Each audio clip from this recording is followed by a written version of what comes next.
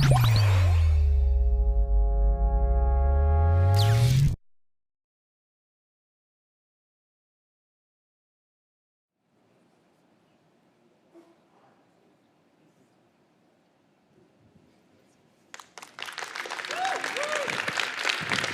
morning. Great to see you. Hope you're all having an awesome WWDC.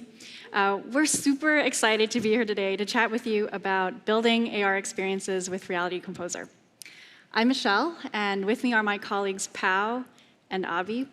And today we're going to cover what Reality Composer is and how it can help you create an AR app. After this session, you'll know what's provided with Reality Composer, how to set up your experiences in it, and then how to take what you've created in Composer into your app in Xcode. So first, what is Reality Composer? As you've heard earlier this week, Reality Composer is a tool, an app, to help iOS developers get started in working with 3D and AR. Some of you have already begun, and it's been really, really amazing to see what you've all been making, posting, and tagging with Reality Composer. So please keep doing it. If you're not familiar with 3D, the first time you ever open a 3D app can be pretty daunting. And it can be kind of time-consuming to even get started in AR. But with Reality Composer, it's really easy to just previs and lay out your experiences using the built-in content library. Or if you prefer, you can use your own USDZs. And if you're not familiar, USDZ is just a 3D file format that's supported in Reality Composer. Once you've got the experience laid out, you can add simple interactions and animations with the behavior system before you even commit to writing any code. So it really speeds up the iteration time on the experience itself. And then finally, everything that you've made in Reality Composer, you can take directly into your app in Xcode. And so much about building for augmented reality is in seeing how the experience feels in physical space, looking at it on the intended device and seeing how your audience might see that experience. So Reality Composer is available on macOS, iPhone, and iPad, and you can edit on iOS so that you can develop on your regular dev machine and then edit on iOS in order to continue working on the exact same project on iPad or iPhone. Alternately, you can also just start the project on your iOS devices and take it the other way.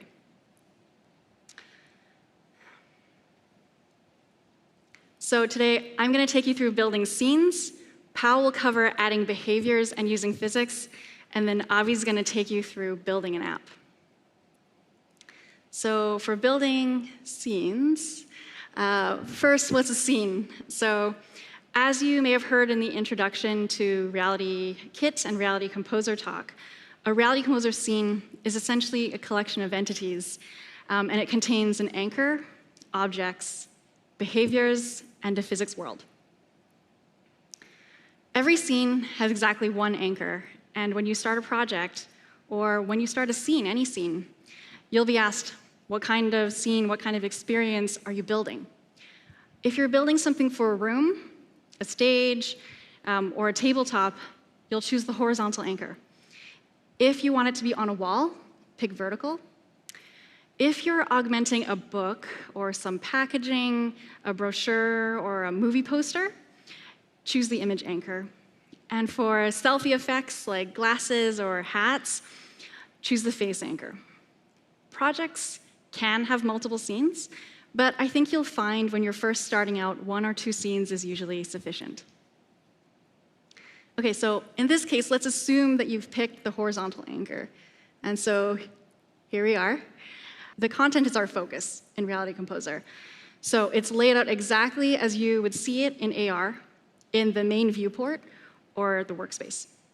And this pane on the right here shows you the properties of whatever you've selected and shows you options for configuring that entity, be it the object itself, like this text that's selected here. You can see that it's selected because of the ring. You can select the object or a scene.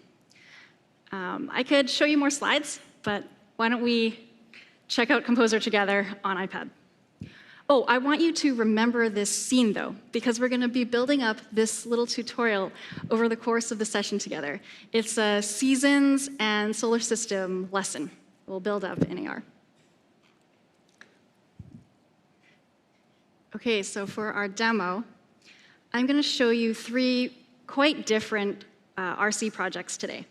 The first is a little primer. And it's going to show you kind of just 5 really basic examples of things you could create in Reality Composer, probably just in a couple of minutes. The second is a richer and more complex experience, a full experience of what you could create just in Reality Composer alone if you didn't want to write code at all. So this is great if you're not a developer or you're just kind of starting out and you want to just try out the experience before you fully commit to it when you make your app. And finally, we're going to build that seasons scene that we saw together. OK, so here is the primer in Reality Composer. And I'm going to take us into AR because that was how we intended to see it. OK, so these are the 5 examples I mentioned. And let's press play so that we kind of see the interactions. So when we started, we're just, oh, hi, everyone. When we just started, the spiral started spinning. And here, if I get close in this second example, I can make this chess piece jiggle. I can tap this one for physics and audio. It's kind of a fun sound. And then someone had asked if I'm an animator and I have my own models, I have my own animations, can I bring them into Reality Composer? And yes, you can. And you can trigger them on user interactions like a tap. And if you're not an animator, you can use pre-built emphasis animations on any object in the scene. Here, we've applied them to some pretty basic shapes, but you can apply them, to this dancer as well. So that's the scene in AR.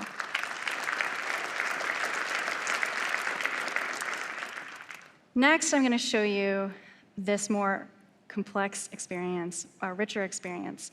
And you're probably wondering how I'm moving the content around the scene and moving the camera. So for panning, all I'm doing is taking 2 fingers, moving them across like this, so I can see the content exactly as I want.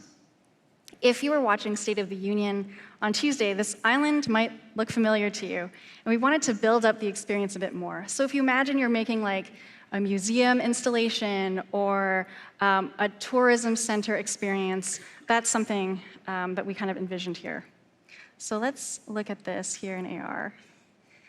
And I'm going to press play to start. So you should hear some waves. And now we're being prompted to tap on the helicopters. Let's do that. You can see we were also asked to tap a location to learn more.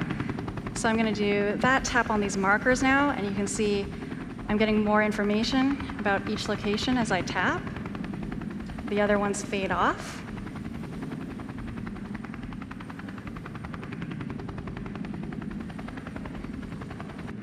And so I'm just going to take apart what we did to build up this scene.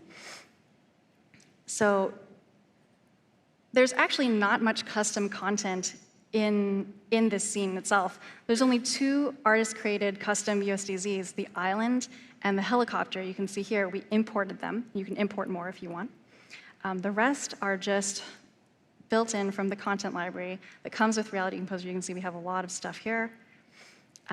Text, basic shapes, and that's kind of what you're seeing in this scene. These markers are just basic shapes. We've grouped them to create kind of 2 pieces as one marker. We have the text here. The other question we get asked a lot is, I work mostly in 2D, and so I have a lot of photos and company graphics. Can I use them in Reality Composer? And the answer is yes, of course you can. You can bring them into the experience as photos using the picture frame, which is in the content library that we just saw. Finally, you're probably wondering, how did we create those little interactions? So if we go to behaviors by clicking on this behaviors button in the top right, you can see the behaviors we use to create the flow of that sequence and those interactions. So we're billboarding things to look, as you might have noticed as I moved around the scene, those items looked at me. So we're using the look at actions here to make everything look at the camera. At the beginning, you saw just the island, and everything else was hidden. So you can see that we hid everything else.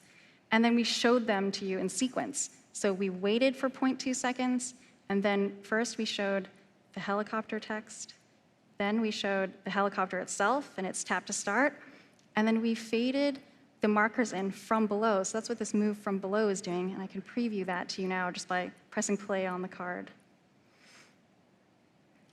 I'm going to show you also a little secret. These birds, you might have noticed,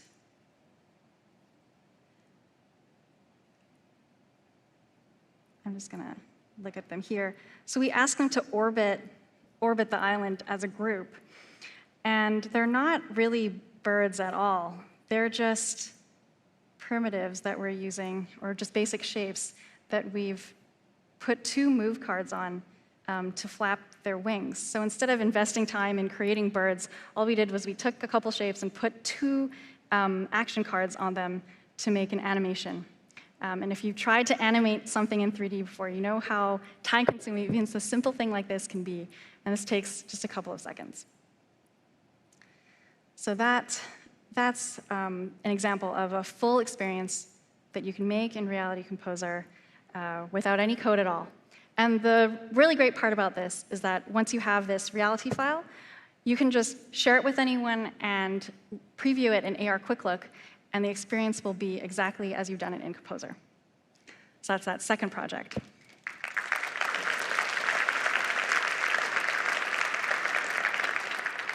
So finally, let's build up the experience, the seasons lesson together. So I'm going to add 3 celestial bodies, the sun, the moon, and the earth. So for this, I'll just block in the scene with some placeholder objects to start us off. So here's the sun, I've brought it in. And now I'm going to duplicate it to create the earth. And I'm just using pinch here to zoom us out a little bit to move the camera. So let's grab this arrow to move the earth over. And then next, I need also a moon. So let's duplicate this guy one more time. Bring it over to about here. And then I can kind of grab anywhere in this ring to move it up in this plane. So let's move it over. OK, great. And now I want to scale the moon down a little bit. So I'm just going to grab the ring and move inwards to scale it. There we go. Move it a little closer. OK, so I have these 3 celestial bodies. Let's scale the sun up. So I'll grab the ring again, just drag it to scale the sun. So we've got our three items there. Next, I'm gonna add some text. So I go to the content library again. Let's grab the text. And it's a little bit below where I want it to be. So I'm just going to grab this green arrow and drag it up. And you can see it pop up to the ground plane. And it's doing that because I have snapping turned on. So if you look in the left corner, we have this little magnet. And I can turn snapping off if I want to move stuff freely. But actually, I just want to pull this blue arrow to bring it forward. And I want it to be about half a meter or so from the sun. And I'm going to open the pane that we saw on the right to change up the text. So let's just make it say autumn. It's super easy to just add these elements in Composer. So finally, I think that's pretty much where I want it to be. So all I'm doing to move the camera around is using my finger and touching the screen. Next, I'm going to add an arrow. And it's not pointing the right direction. I want it to be kind of rotated. So I'm going to move the camera so I can see the green ring which is sitting on the ground plane. This ring rotates with the camera as I move, so I can always be working in the plane that I want to be working in. If I don't want to move the camera to have to do that, I can just tap on the arrow and I'll lock into the corresponding ring. You can see the ring got a little fatter there. So I'm just gonna rotate the arrow, and it's snapping to 15-degree increments, again, because I have that snapping turned on. But if I didn't want to have it snap, I can move it freely. So here I'm dragging it, and it's moving always in the horizontal plane for this green ring here. But I actually do want it to snap between the sun sphere and the autumn text. So I'm going to turn snapping on. You can see it snapping into place. So it's just super useful, super easy. Then I want to modify this arrow a little bit. So I can go ahead and click the icon next to snapping to modify it. I'm just going to zoom us in a little so we can see better. And I can grab this handle, drag it. I'm also just going to make this just a touch smaller, a little flatter. Okay, and then I'm going to move it just a little bit more. Okay, so now everything is kind of blocked out. And we do that in just a couple minutes. I actually want to replace these celestial bodies because they're all pretty indistinct right now. I want to import some custom USDZs. And since I already have them placed exactly where I want, I'm going to do a replace. So I just tap on the selected object, I get this edit menu, hit replace, and I'm going to import the sun.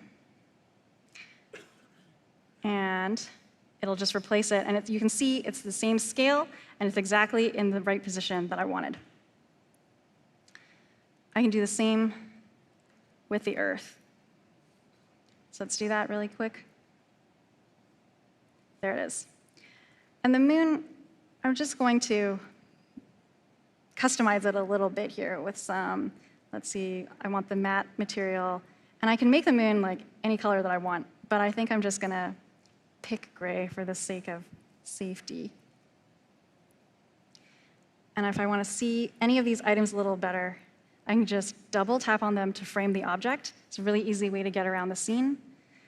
Or if I want to see the scene, pull back, I can double tap on anywhere in the grid to see the scene. Those shortcuts are here too, frame scene or frame selected. Okay, so we're just about ready, I think, to add behaviors. I could add all of the other elements, but for the sake of time, we won't do all of that now. There's a few tips I want to leave you with before we finish this part of the demo. That replace that you saw, if we had behaviors applied to this already, like we were doing any animations on, like, let's say the sun, if I replaced it, those behaviors would stay. So it's a huge time saver if you're just like swapping in new versions of content. It's really powerful.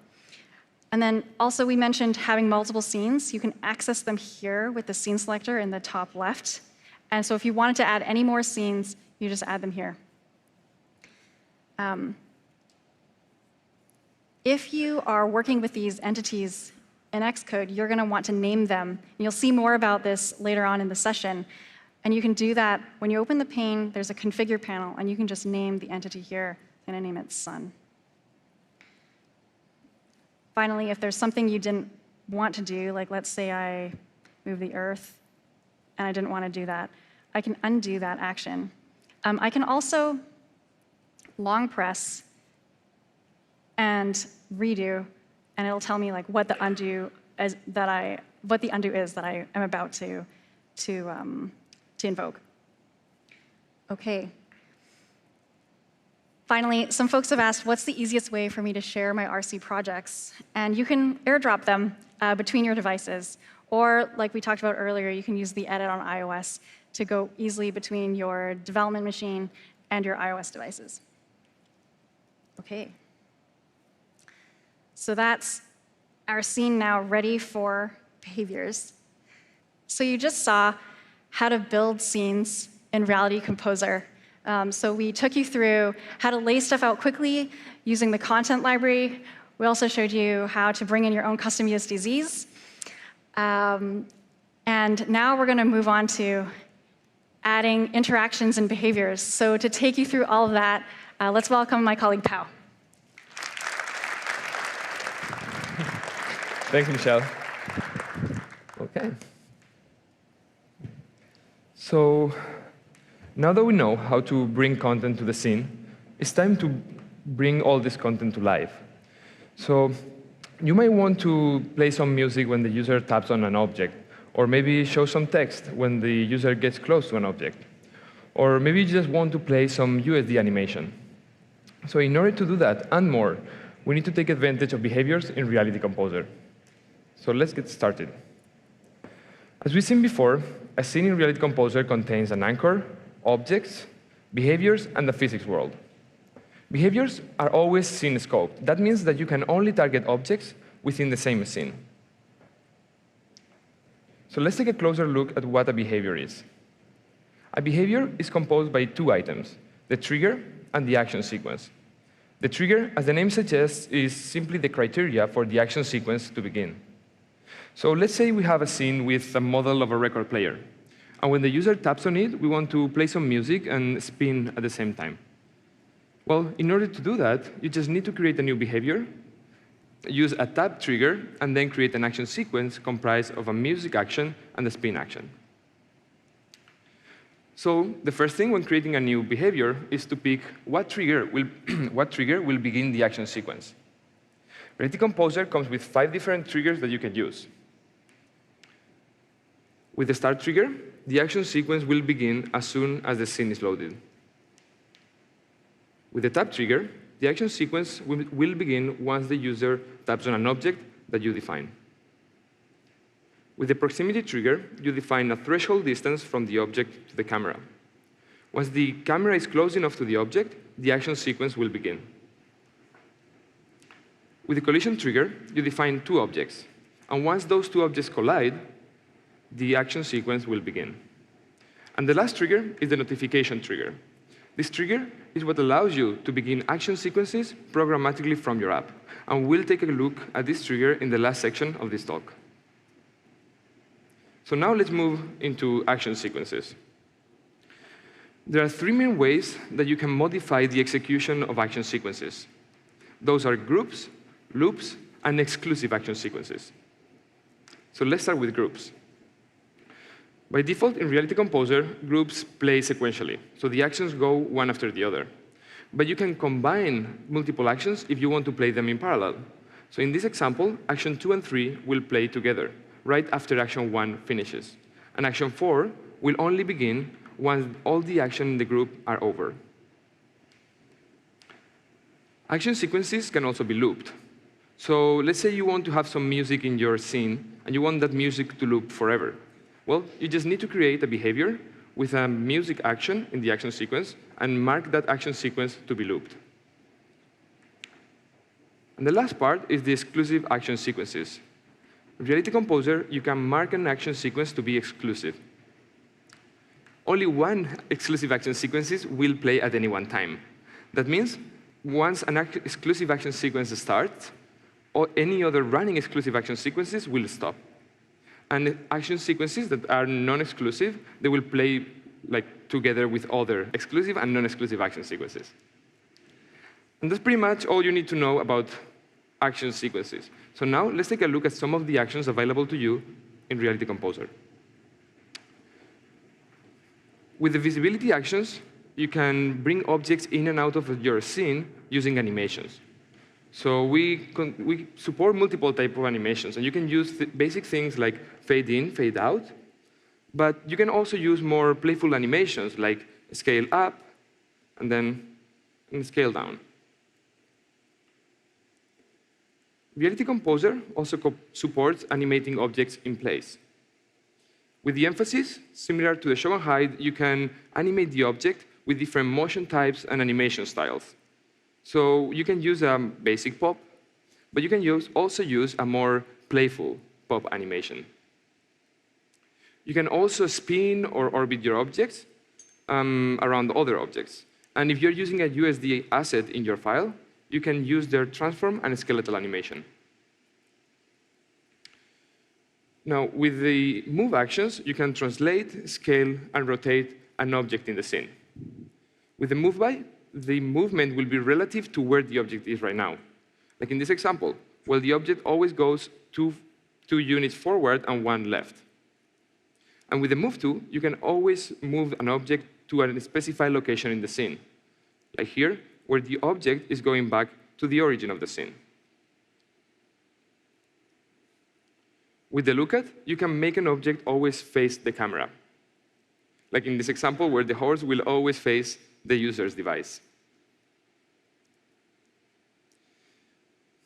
And now that we have all the animation actions, it's time to bring some sound to your experience. With Reality Composer, there's 3 actions that you can use to bring some audio to your scene. With Play Sound, the audio will originate from the object itself, like here, where the horse is doing a horse sound. With Play Ambient, the sound will be scene-oriented. And with Play Music, the audio will play without any transformations. So now, let's take a quick demo, and let's take a quick look at how to bring some behaviors to the scene Michelle was building before. Here, we have a more complete scene compared to what Michelle was building. So we have the moon, the earth, the sun, and we have some text and some sun rays showing the different seasons. So let's bring up the behaviors panel by clicking on the behaviors button on the top right corner. And as you see here, there's already some behaviors. So let's hit play and see what is going on in this scene. So you see here, there's no movement for the moon, the earth, or the sun. But the different rays and seasons text are appearing in a sequential order. So let's go ahead and create a new behavior to animate the different moon, earth, and sun objects. So for that, let's start by bringing a new behavior. We hit plus, and then here we can see all the available presets that we can pick from. But for this demo, we're going to start with a custom trigger. Now, the first thing is to pick what trigger we want to use to begin the action sequence. And because we want to start animating these objects when the scene is loaded, we can bring up the library and choose the scene start. Great. Now it's time to start with the action sequence. For this action sequence, we want the Earth to orbit around the Sun, then the Moon to orbit around the Earth, and at the same time, we want to spin the Earth and the Sun. So let's start with the orbits. So we can bring the action library and then select orbit as the first action. First thing when creating a new action is to define what targets are the targets of the action. So in this case, the affected object is going to be the Earth, and the center is going to be the Sun. Great. We have other properties like duration, revolutions, align to path, and orbit direction. And for the direction, we want to use counterclockwise. So now we can easily preview this action by just hitting play on the play button in the action card. Whoa, that was a bit too fast. So let's change the duration to something more suited for this scene. Let's start with 20 seconds. We can change the duration and try again. And yeah, I think that duration looks right. Now, let's bring the second orbit.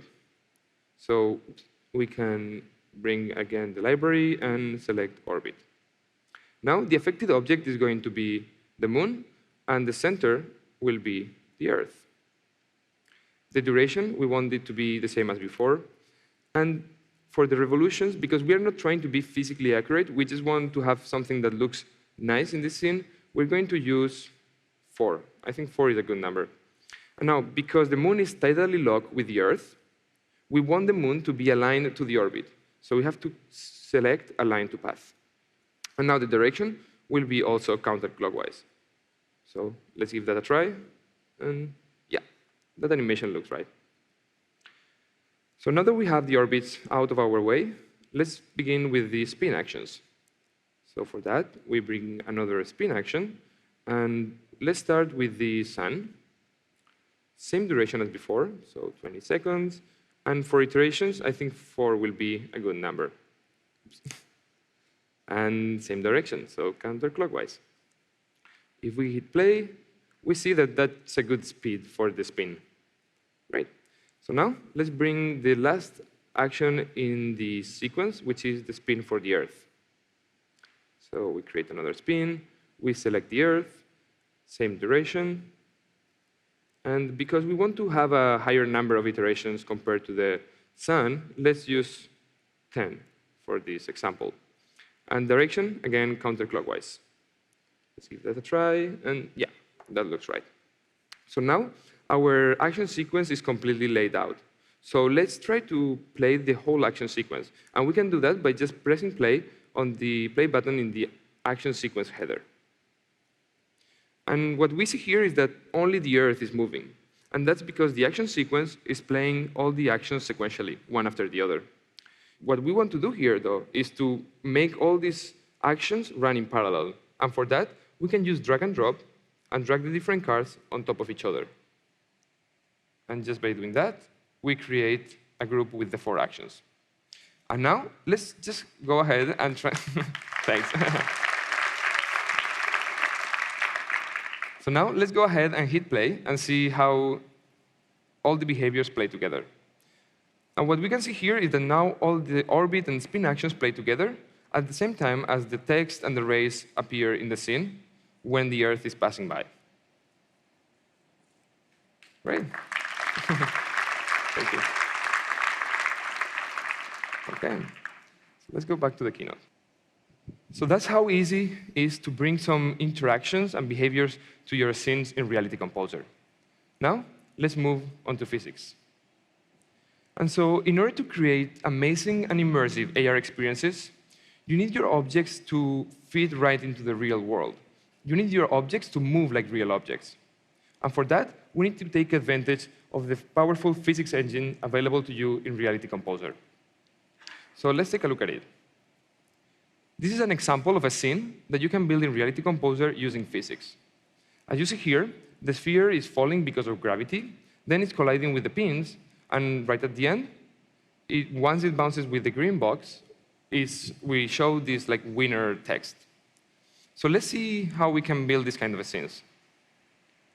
There's 3 different ways that you can influence the physics simulation in your scene. A variety of materials will define how your objects interact with the scene and with other objects. With the force action and the gravity, you can determine how the forces will play into your world. And with the collision trigger and the collision shapes, you can define how the collision mechanics will work in your physics simulation. So let's start with materials. In Reality Composer, there's 6 different materials that you can use. You have to define the materials for the scene and for the objects. So let's say you use material for your object. You use ice as the material of your object. This will make your object slide through the scene. If you use rubber instead, your object will be much more bouncy. Now, let's move on to forces. All your scene will have gravity enabled by default. And the value will be set to the Earth's gravity. But you can change that to any value you want. With the force action, you can give your object an initial impulse.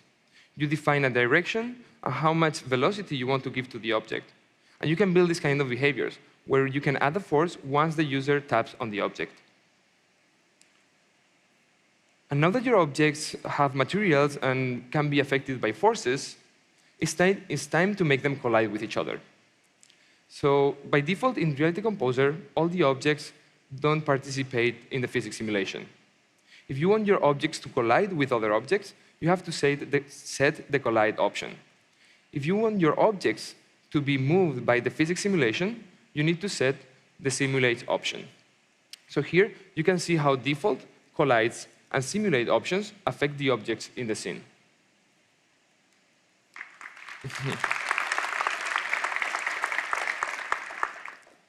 So the collision mechanics are determined by the shapes of the objects in the scene. In Reality Composer, there's 3 different shapes that you can use. And those are box, sphere, and capsule. Those shapes will determine how your object moves in the scene and how it collides with other objects and the anchor. And with the collide trigger, you can build this kind of behaviors, where here we have a collide trigger with the sphere and the box. And that way we can detect when the user is winning this game and show the winner text. And that's pretty much all we have to say about physics in Reality Composer. So now, I would like to hand it over to my colleague Abby to talk you through how to build apps using Reality Composer. Abby?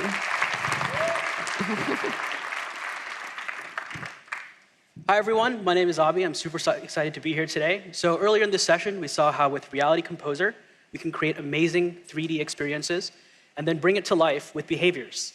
Now let's see how we can take those AR experiences and integrate them into our app. So to get started, we provide 3 different ways. The first is create a new RealityKit AR or game template right in Xcode. The second is to create a new project from Reality Composer. And the third is to export a reality file from Reality Composer and then include it inside your app. To get started, let's talk about the 2 central files, the Reality Composer project and the reality file. And we'll get started by talking about the Reality Composer project. So this is the project file for Reality Composer. It's included automatically inside of RealityKit, AR, and game templates. It's previewable right inside of Xcode. We have Xcode integration. And Xcode automatically exports your Reality Composer project as a reality file during the build step of Xcode. So here we can see our Reality Composer project in Xcode 11. We're able to preview it, and we're able to preview each of our scenes as well. And in the upper right-hand corner, we can see an Open in Reality Composer button, and this will launch Reality Composer right from Xcode. As I mentioned earlier, if you have a Reality Composer project in your Xcode application, during the build step, we automatically generate a reality file for you. And it's included inside of your application, just like any other resource. You can access it exactly the same way. So what is a reality file? This is a central object for how you will use your application and work with your AR experience. It contains all the data required for rendering and simulation, and it's optimized for RealityKit.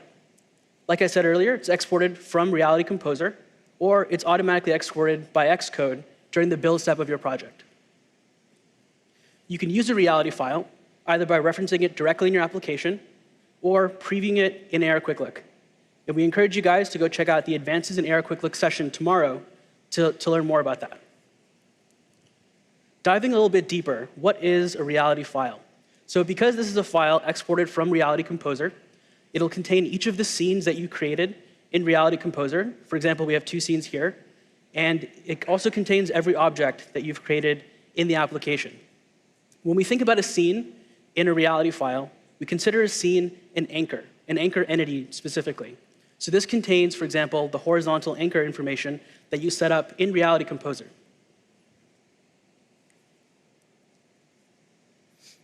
So we thought one of the biggest difficulties in working with reality files was being able to access things with strings. And we both have the Reality Composer project and Xcode. So we wanted to introduce a way to make this very easy to work with, almost like just an object. And so we decided to do that with code generation in Xcode. What code generation will do is analyze the structure of your Reality Composer project and generate an object, a real object that you can use inside of your application. So for example, here, we have our solar system Reality Composer project, and we automatically generate a solar system object that you can use in your app.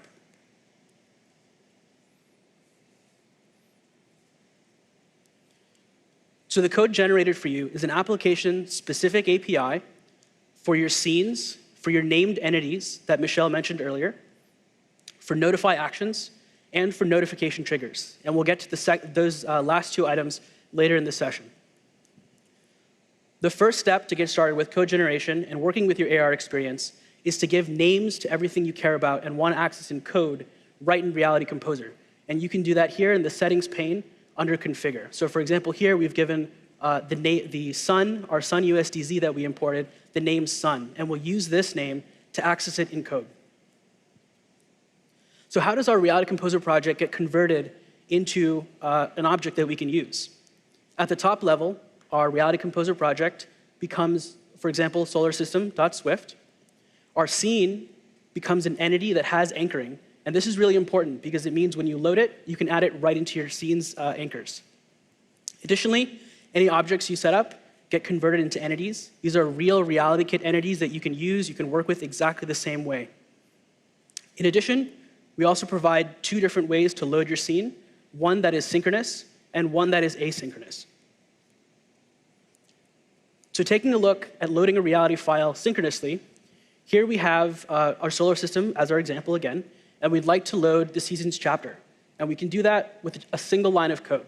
So we can say solar system.load seasons chapter, and we'll get returned an anchor that we can then add into our view. It's super simple. Next, if we want to load our seasons chapter asynchronously or any scene, we can use, for example, the solar system.load seasons chapter async, and we'll get a result object. And we can handle the success case, where we'll get the anchor, or we can handle the failure case and display the error to the user. In addition, if you want to access the named entities in our scene, we can do so as easily as calling, for example, seasons.sun.earth and .moon. And this will give us access to the entity that we named in Reality Composer. It's just like working with any other object. So putting it all together with code generation in Xcode and Reality Composer, we can load our AR experience in our application with just 2 lines of code. The first is loading our chapter or loading our scene, and the second is adding it right into our view. It's super easy.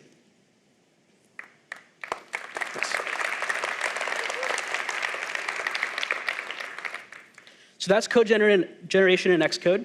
We also provide a way to access your reality file, for example, in cases where you're downloading content off of a server and you want to display that in your application. To do that, we have RealityKit API. So to load a reality file synchronously, you first need to get the URL, just like any other resource in your application bundle. And next, using the entity.loadAnchor method, pass in the URL of the resource and the name of the scene that you'd like to load. And this will give you back an anchor that you can use. Optionally, you can also use entity.load, which will load the entity tree without the anchor information. To load your reality file asynchronously, there's also a way to do that. So the first step is exactly the same. Just get the URL of the resource. Use entity.loadAnchorAsync, passing in the URL and the name of the scene that you'd like to load. This will give you a load request. And using the new combined framework, we can receive a completion and then receive the value. And the value contains the anchor that we'd like to load. So you can put this right into your AR view scene.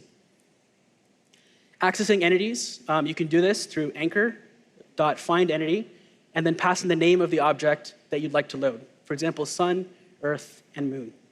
So that's how easy it is with code generation in Xcode with the RealityKit to bring your AR experiences into your application. So next, let's talk about how our application can interact with our AR content. We can create amazing experiences right inside of Reality Composer, but how do we actually work with it? So as Pau mentioned earlier, we have a great built-in set of actions already for you, but there might be actions that you want to define yourself. So to do that, we've created the notify action. This is an action that you set up in Reality Composer. It's called alongside your other action sequences, exactly in the same order. For example, if it's sequenced, it'll be called in that sequence. There's a settable closure in your application code, so you can define the implementation of this action. And just like accessing an entity through code generation, the notify action is also accessible through your object. So in Reality Composer, we can set up a notify action here, and we can give it an identifier. This is the identifier we'll use in code to reference our notify action and provide a custom implementation. In the structure of our generated object, the actions lives alongside your entities inside of the scene object. So here we have actions and a property actions. Inside of the actions class, you'll see multiple notify actions that have the name of the identifier you've given your notify action. So you can access these as simply as the loaded anchor.actions and then the name of the action that you care about. In addition, we also generate an all actions array. So you can do great things with this, just like any other collection in Swift. You can filter over it, you can iterate over it. Anything you can do with an array in Swift, you can do with this all actions property. To actually set the implementation of a notify action, you first need to access it through your loaded anchor. So for example here, seasons chapter .actions .display earth details, and then provide the custom closure. So .on action, and the entity that you'll get returned inside of this closure is the target entity you set up in Reality Composer. On the other side, to actually kick off action sequences, we provide a way to do this as well. We have a couple of great built-in triggers, such as scene start and proximity, but there might be times you want to provide custom triggers. For example, selecting a segmented control or tapping on a button. And for that, we're providing the notification trigger. So notification trigger is set up in Reality Composer. It starts an action sequence or multiple sequences that have the same identifier. It's posted from the runtime of your application, and it's accessible just like a notify action and accessing your entities just by name in your code. You can set up a notification trigger right inside of your behavior. And here we have given it the identifier show gold star, and we'll use this name in code. Just like actions, it lives right alongside your entities in the generated code inside of a new notifications object, a class. And inside of notifications, just like notify actions, you'll have notification triggers corresponding to the names, the identifiers that you've given to those notification triggers in Reality Composer. And just like notify actions, you have an array that you can filter over or iterate over as well. That's called all notifications. You can post a notification trigger by calling the post method, and this will fire an action sequence or sequences with the same name. And you can also pass in an optional override set. This is really powerful for cases where you want to copy an entity and dynamically call an action sequence on only the new entity. The overrides will take as the key the name of the original target of the action in Reality Composer, and then you pass in the new target. So when the action sequence runs, it only targets the new entity. So let's pull this all together, and let's check it out in Xcode.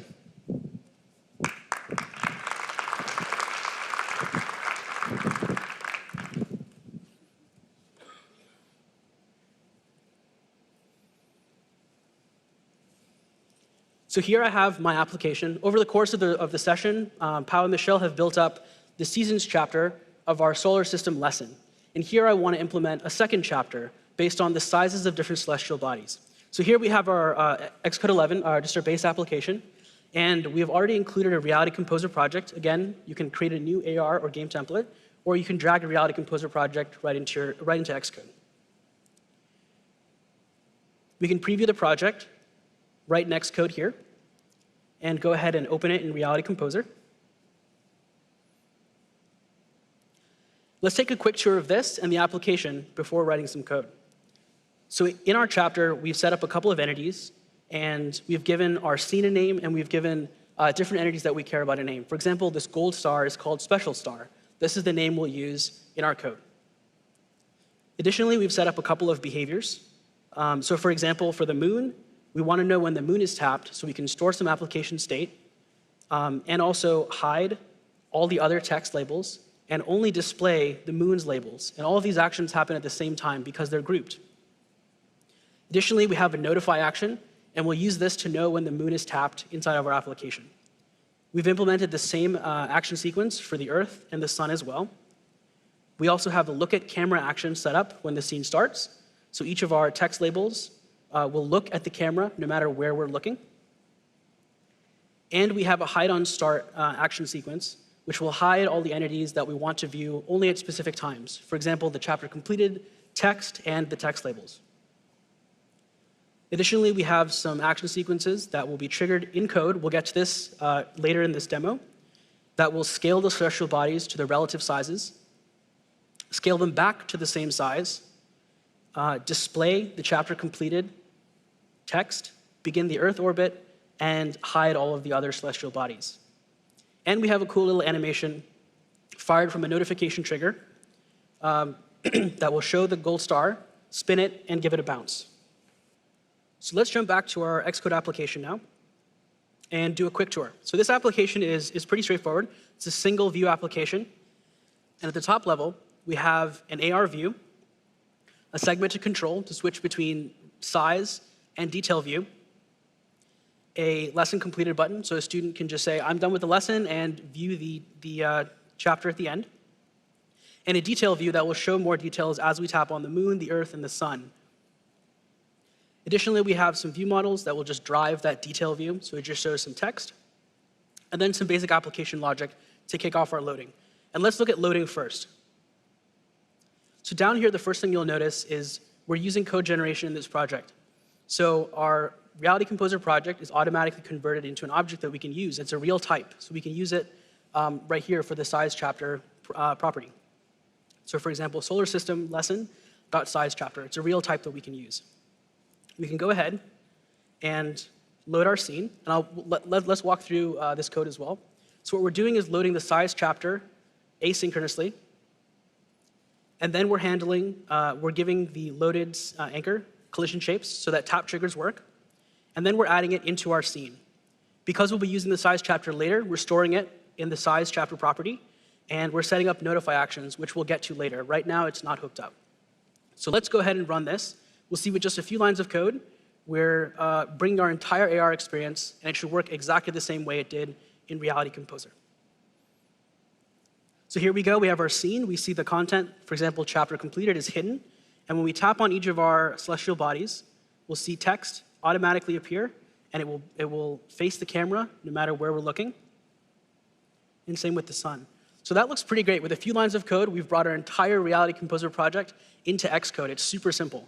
What I want to do next is actually fill in this detail view. You'll notice when I tapped the sun, for example, the detail view didn't actually get filled in. So let's jump back to Xcode and fill in the notify actions.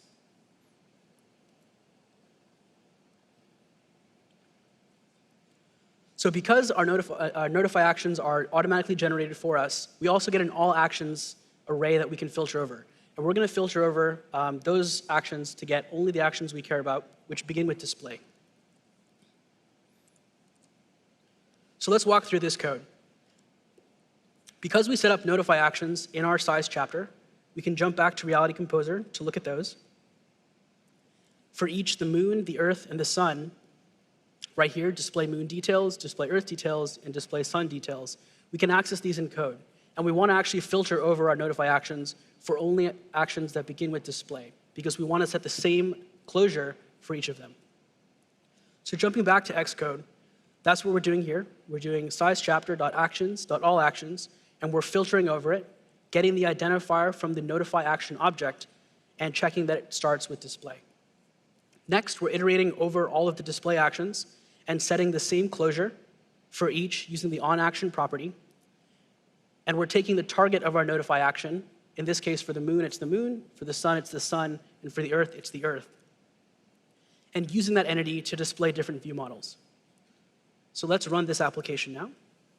And what we'd like to see is different view models appear when we tap on each of our celestial bodies. There we go. So we have our content. And now when we tap on the moon, because we've set up a notify action and we're observing those notifications, we're now seeing the moon detail right at the bottom here. When we tap on the earth, we see Earth's details, and when we tap on the sun, we're seeing the sun's details. That looks pretty great. We also were keeping some state. So when we tapped on all three of our earth, sun, and moon actions, we're just making sure that 3 different actions were called, and we display a complete lesson button up here in the right-hand corner. So what we want to do now is, using notification triggers, fire off those size to relative size and size to same size action sequences that we set up in Reality Composer, using the segmented control at the top and the button in the upper right-hand corner.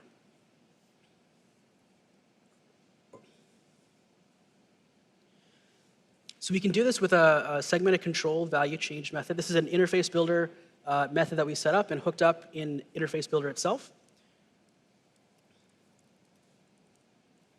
And using our notification action triggers, we can fire the scale to same size action sequence, which we set up in Reality Composer down here, which will scale each of our celestial bodies back to their original scale of 100%. And when the size segmented control is selected, we want to scale our sun to a relative size to the earth. To do that, we can fire our scale to relative sizes action sequence.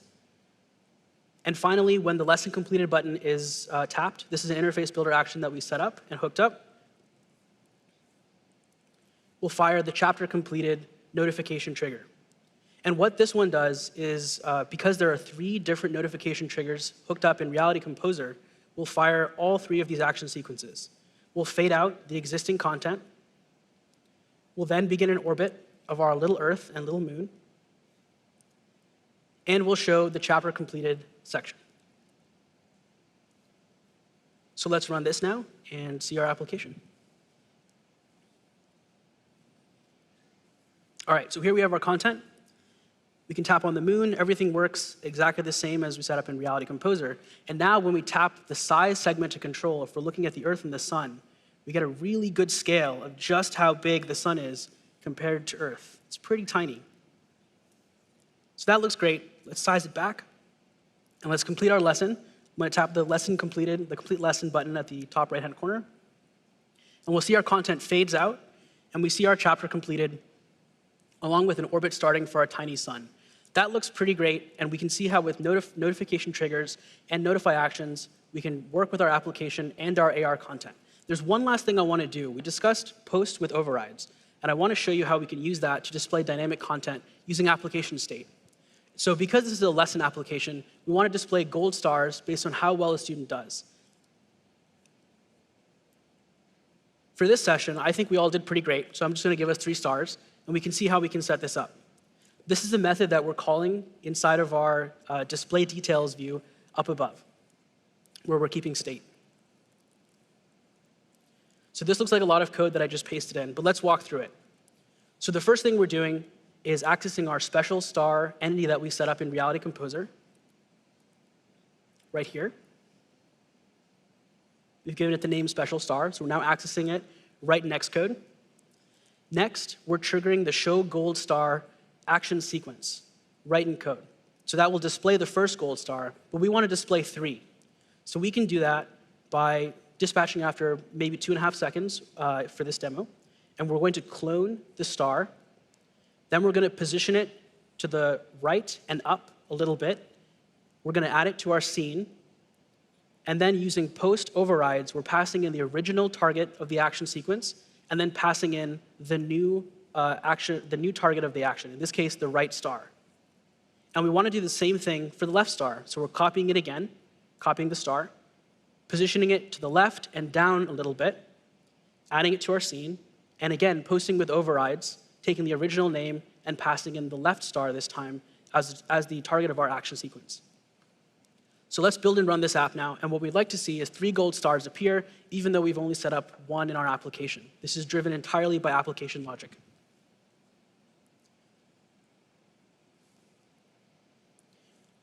So here's our scene again. We can walk through the lesson. I think I'm done now, so I'll click Complete Lesson, and we see 1 gold star appears. We'll see a 2nd gold star appears, and there's our 3rd star. We did a great job, so we got 3 stars here.